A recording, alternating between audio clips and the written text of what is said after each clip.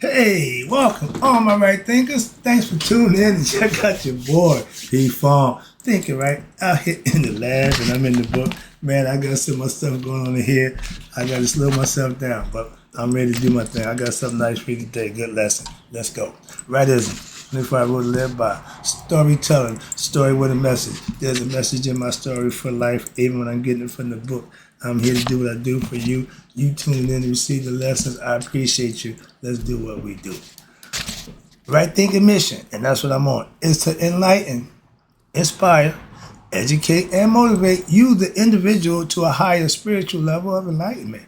Right thinking way of life through mental and spiritual discipline. Practice daily will help and guide you to obtain your goal of reaching spiritual enlightenment, aka know thyself. My mission is that all right thinkers know thyself. If you're a right thinker, your goal is to know thyself. You see where we're going with this? Let's get there together. So I ask the question, do you know you? You will when I get through. That's what I do. It's rhetorical. But if you don't have to answer for yourself, tune in. I got you. A person who knows not and knows not that they know not is foolish. Disregard them. A person who knows not and knows that they know not is simple, but you can teach them. That's why I do what I do for you. I appreciate you too. Stay tuned. I got more for you. A person who knows not and believe and think that they know is dangerous. Avoid them. I do. A person who knows and knows not that they know is spiritually asleep. I can awaken them. I'm your spiritual alarm clock, here to wake you up with knowledge of self. That's what I do for you. A person who knows and knows that they know is wise. Follow them. All these persons reside in you. Right thinkers, know thyself and to my be true. I was going to skip past this because it's a nice little paragraph, but I thought it was fluff, but I think it might be informative, so we're going to go through some fluff. Right now, right thinkers, let's talk about the universal vision of comparative mythologies. Everybody have one. They're going to break it down for you. So I thought it was interesting. So here we go. Let's go. Then I'm going to get you down here to mythologies. But this one is a comparative mythology. Universal visions of comparative mythology. In this book, in the book of comparative mythology, the author, Jean Pouvel, traces the term myth to the writings of Homer. Now, Homer was a Greek philosopher, a writer, from 900 BCE, okay, with the usage epsos kai muthos, word and speech. Now, in the writings of Homer and in the ancient Greek writers of tragic plays, they did plays and Homer was the one, and Jean Pouvel also sees that term can mean tale, story, narrative, and that this story or late or tale can be without reference or truth content. See, they just said there, you can tell a story, and because it's a myth, you don't need proof or content, just a story. But once you take that story and have people believe it, and you need to clarify what it is, a myth or a little story. We teach mythology to teach lessons, but now y'all flip the script, so to speak. So let's find out what you talk about. Truth, again, with content here implies a historical or real relationship in time and space, aka an event or realities, something that actually really happened. I tell you, you take a little bit of truth, take a little bit of coke, a lot of cut, put together, make a lot of money. All right, but they tell you when you take the actual historical event, match it with the myth, you got a little something. You got a hustle called religion. Truth content implies what? That the relationship or the time and space event really happened. All right. Now, of the Greek authors such as Herodotus, another one, Pouvel sees a different meaning in the term of muthos, M-U-T-H-O-S, that of fictive, narrative, a tall tale, aka a lie. and a legend. They shouldn't go together. It is felt that Herodotus spoke of mythos as those items he himself find incredulous and used the term logos for the information which he felt was more or less based on what he thought was truth or facts. The story of Gilgamesh, the story of Iliad, all of those is built on stories, folklore, passed down by word of mouth. They the ones start putting the writing to it. Wasn't no writers for none of them. So again, I lost my place down here. Mythos, logos. Okay, mythos took on a different character in relations to logos. Mythos became myth. Myth is more of a non-rational basis for understanding existence, while logos is what is seen as the rational basis. In Western culture, here we go. The term logos has come to be associated with absolute knowledge and the logical thinking and analysis. But in terms of mysticism, it is understood as the divine intelligence, consciousness. I told you God represented spirit and consciousness, which permeates and enlivens matter. Spirit gives life, time and space. In later times, logos came to be known as the word or inner esoteric spiritual knowledge, self-knowledge. And in early Christianity, Jesus became the Word made flesh. Ding, ding, ding, ding, logos. He's representing a concept, which is fine. But remember, I ain't going there. But from these origins and many disparaging arguments from the church and the Western scientists, through the Middle and the Dark Ages and into the Renaissance period of Western culture, you ready? The meaning of the word myth in modern times has come to be understood primarily in the Western culture as a colloquialism to refer to anything that's devoid of a base in truth or reality. And you can just make up anything. And pretty much that's what they did with the Bible, saying it's a myth. And the Greeks got it from the Egyptians. We used the myth to tell a story. We never said it was real. We never took the people as to be real. Y'all started to make them to real people. Thoth now is the king of Atlantis and all this old nonsense. Mayat has been Mayat since she was Mayat. Ain't nothing changed. But it had come to be understood primarily where? In the Western culture again.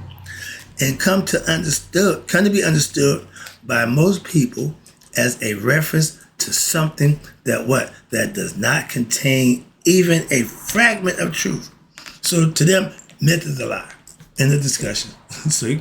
So you can't use it as a learning tool if it's a lie. If that's your concept of it. What's the Bible? That's a book of truth. That's God's words.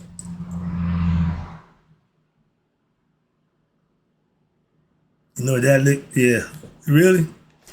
Myth has come to be thought of in terms of being neurotic expressions of our ancient religions.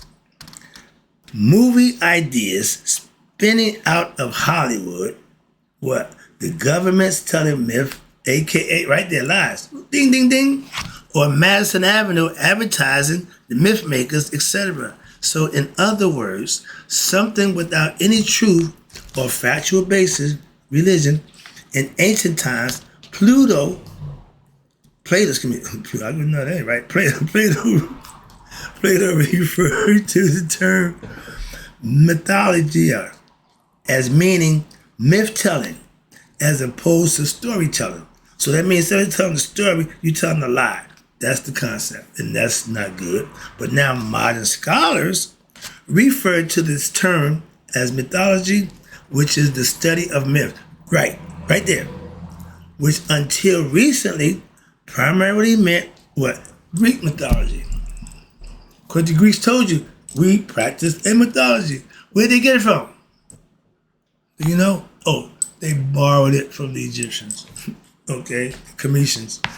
The body of the body of ancient Greek, that don't even sound right, excuse me, narrates relating to the legends and the traditions connected to the gods and goddesses, philosophy that they got from Egypt, of Greece, are referring to as the mythological narrative. So in other words, all the Greek stories are lies. Because Greek is based on mythology. They tell you that. And I know that. I studied that. I know that by learning Egyptian concept. And now I know, oh, it's a lie. Big time. Moving on. So let's get that in. I see the clock. Ooh, I got just enough time to get this one in. I ain't think I'm going to make it. Mythology. The study of myth. There's a whole bunch of myths. But if you study them, they got a common thread. They got a plot. They got a storyline. They got a plot that they finish off with and to make a point. It's a teaching tool. There's a language. It's a special language. Let's go. Mythos are stories, again, which relate human consciousness to the transcendental essence of reality, God, your higher self, or the supreme being, whatever you want to call it. But this work here is essentially a study of comparative mythologies. I gave you the breakdown with the Greek gods and the Egyptian gods. I'm going to give you the breakdown of the Dogon gods and the Egyptian gods. Everybody got one, okay? You got the American got theirs, Aborigines got theirs. Now, it seeks to discover what? The common element right there in two or more systems of mythos, storytellers, in order to what? Fully understand and comprehend their deeper meaning. Okay, right there. Don't make the assumption. Don't just come in. No, get the understanding from somebody who knows. Don't make your own assumption about something that you really don't know. You just can't read the Bible and break it down. Why? You didn't learn nothing. You didn't go to school to learn that. It's rules. That's why. Because you can interpret it your way, that may not be the way it's intended. A lot of that going on too. Moving on. But in meaning and the development, a deeper meaning, and now you can develop a larger picture as so that, or what, is fitted into the overall patchwork of traditions throughout history. Do it fit? Do it make sense? Was this? Was it there? Now, in effect, this work attempts to show what? The connection and the continually between what? Traditions that will enable what? Total comprehension of a philosophy for them as a flow of one primordial or recurrent theme of self-discovery. Know thyself is that theme. The Greeks took it. Romans took it. Flipped it, dipped it, whatever. But we was the originator of that philosophy. Now, in such a study, if anybody takes the time to do like I did, there are always some who what? Will object, maintaining what? That differences are the overriding, defining factors of any aspect of life. If you're Muslim and you're Jew, y'all have differences. Y'all have commonalities. But it should not be to fight over or kill each other for. Because the common God, the common theory is God. Just because his name is Yahweh, However, and Allah here don't make a difference. That's what we as a people need to get better at. That's all. But this way of thinking, that ignorant, is what incongruous in the face of all the scientific evidence that's pointing into the common origin of all humanity as well as creation itself. So therefore, understand, even though it seems that the movement to understanding our common bounds as human beings should as well move into what? The arena of mythology and psychology. We'll put them two together in a minute. But now, in this matter, we may now be able to discover that what binds us greater than that which tears us apart, which is what? For when we examine the arguments and the concepts used to what? Separate, there are inevitable derived from emotion, politics, misconceptions of the superfluities and based on, you ready, ignorance. The whole argument goes right back to that, the ignorance. So these lead to what?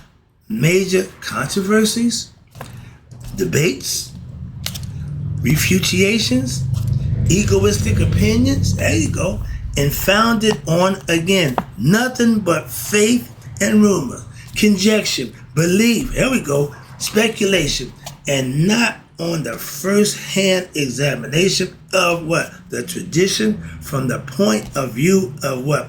A practitioner. Joseph Campbell summed it up, this issue, as follows. I read that before, I ain't reading it again, I don't need for that, but it's a good information. Now, let's talk right quickly about what? The myth, in the technical sense, is a serious object of study. Why? Because true myth is, by definition, deadly serious. To its originating environment, the people who practice them, who believe in them, watch this. In myth are expressed the thought patterns by which a group, familiarities, such cognitive, self-cognition, and self-relation, and attain, through that practice, you will attain, you ready? Self-knowledge and self-confidence. They go together. All right? Now, it explains that its own source and being and that of its surroundings, and sometimes tries to chart its destinies.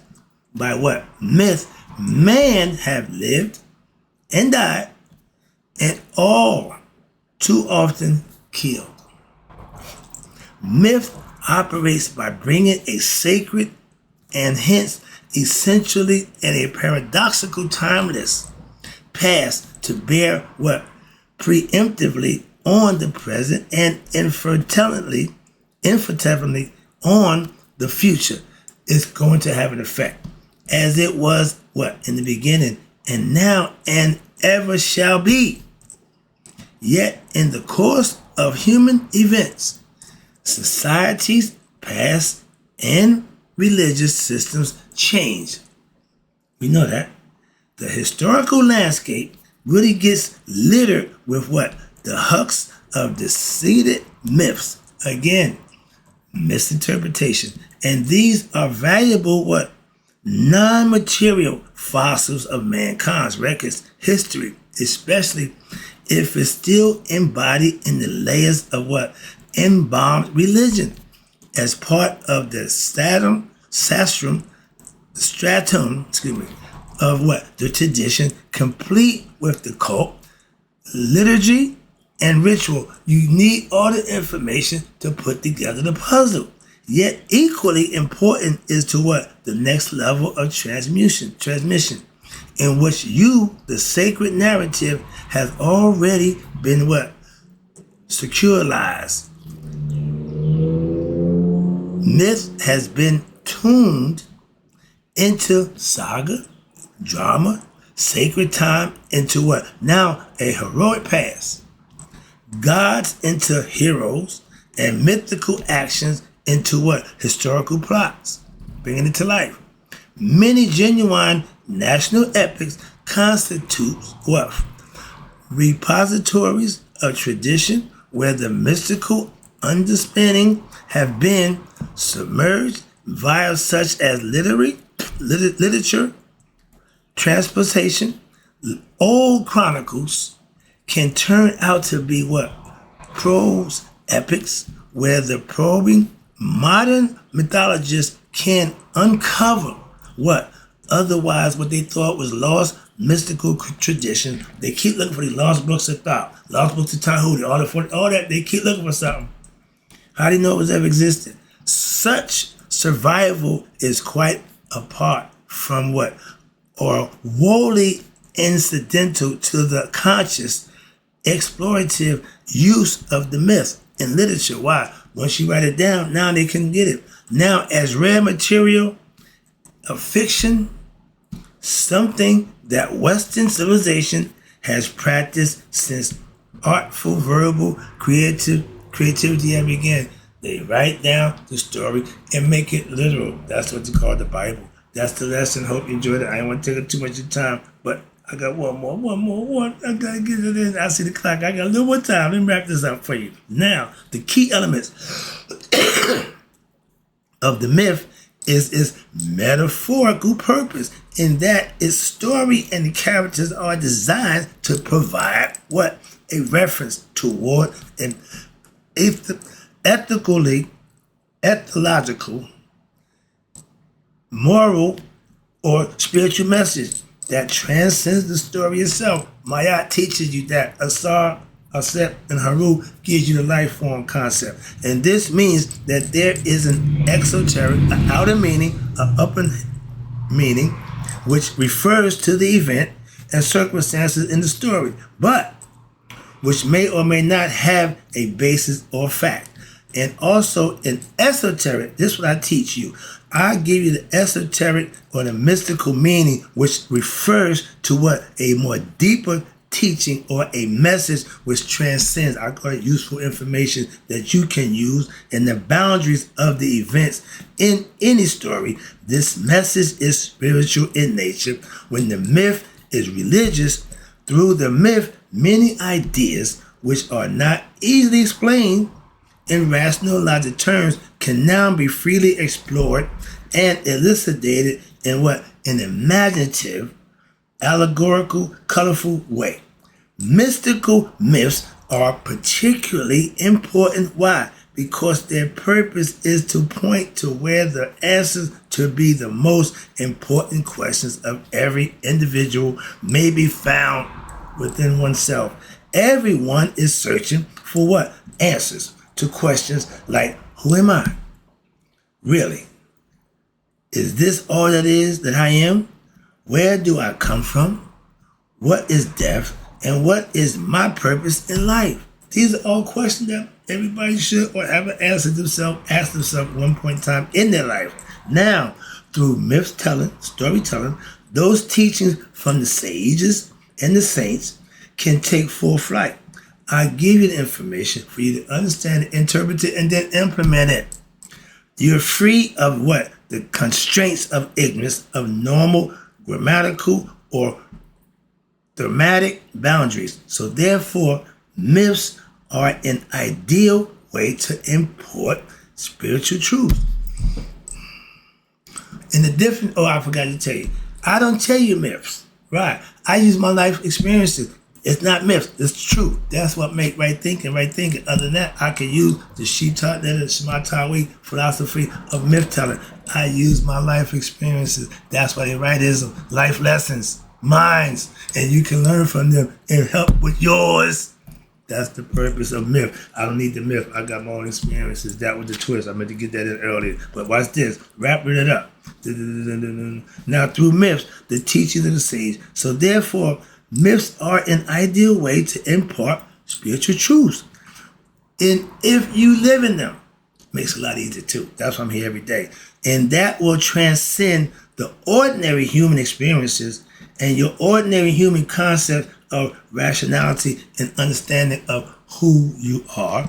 The question of the similarities between myths, rituals, and traditions have been explored in the book they call The Myth Image, where the late world renowned mythologist, my dude, storyteller, Joseph Campbell, explained the concepts surrounding the treatment of equivalent elements and symbols that can be seen in the myths from apparently separate cultures.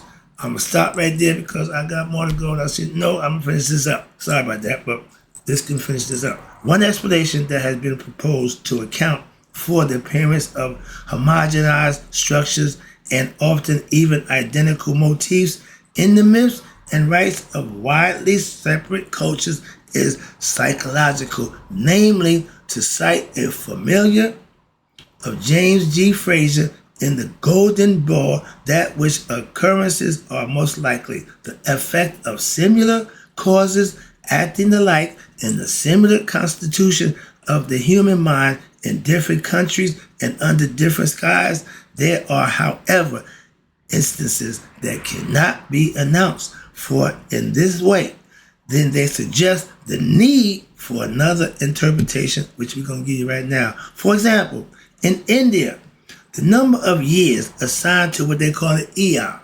We got epochs, eons, and we got yugas. Right now, an eon for the Indians, know how long time is? 4,320,000 years. Whereas the Icelandic poetic Edda storytelling, it is declared that on the warrior hall, Valhalla, where that's their heaven, there are what? 540 doors. You go through each of which on the day of the war of the wolf, 800 battle-ready warriors will pass to engage in the anti-gods in the combat against good and evil. But what happens? Symbolically, watch this. The number 540 times, multiplied times 800. Know what the number is? 432,000, like they said. So these ain't coincidence. Numbers don't lie. They are what they are. And so are you, if you know thyself. That's God in the flesh. The Logos, the word made flesh. Hope you got the lesson. Hope you understood it. I'll be back with some more good stuff. All right, in closing, right thinkers, may you all let it be 100, and me 100 minus a day. So I've none of my right thinkers have passed away. I'm working hard. You see the sweat rolling. I'm doing my thing. I'm enjoying it. I'll be right back. I ain't done.